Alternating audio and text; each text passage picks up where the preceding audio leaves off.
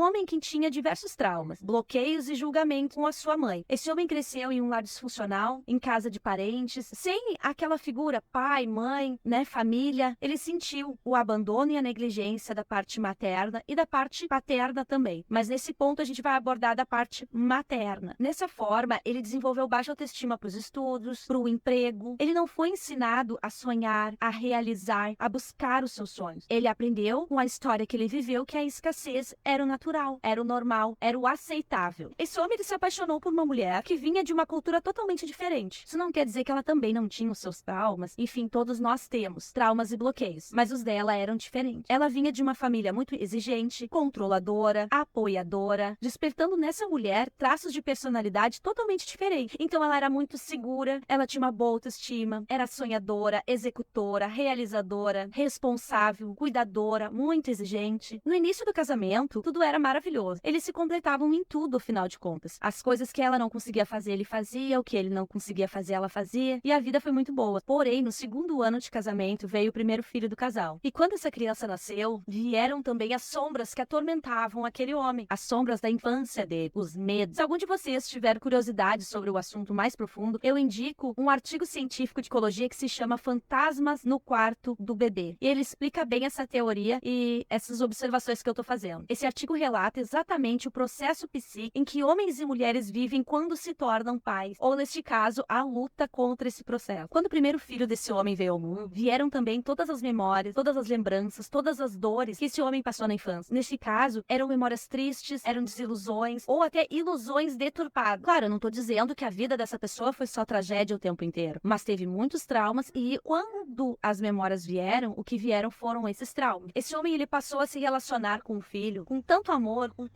que na verdade era o amor que ele queria ter recebido. E aos poucos ele passou a ignorar os pedidos da sua esposa com relação à criança, ou seja, as opiniões. Afinal de contas, um pai e uma mãe, cada um faz uma parte na educação, é para complementar. Então, isso começou a ser ignorado nesse caso. Era só a observação dele que valia. Inconscientemente, com o passar do tempo, ele passou a começar a cuidar dessa criança como se ele estivesse cuidando da criança dele ferida. Então, com o tempo, ele parou inclusive de perceber as necessidades reais do filho, porque ali ele se conectava, era com a criança dele. Não era o filho dele que estava ali, um outro ser. Não, ele se relacionava como se fosse ele mesmo. Isso tudo processo inconsciente. A esposa que trabalhava, estudava e desenvolvia vários projetos, aos poucos começou a se afastar, porque tudo que era feito do gosto da criança era feito por ele, tudo que ela tentava adicionar, né, na vida, compartilhar, contribuir como mãe, era ignorado. E aí ela, pelas questões dela também, aos poucos começou a se afastar. O pai aos poucos foi ignorando as questões de individualização da criança, como por exemplo,